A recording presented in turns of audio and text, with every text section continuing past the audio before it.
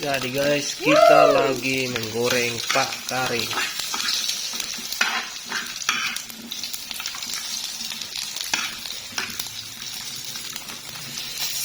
Oke guys, kita akan tambahkan rica.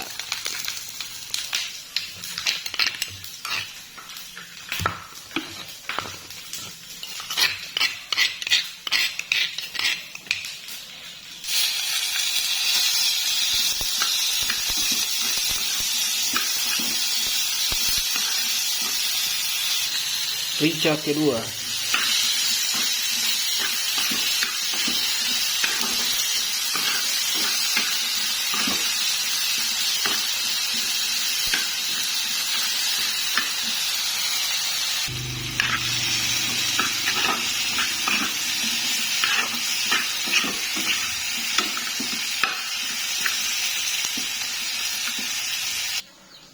Akhirnya jadi guys. Selamat menikmati.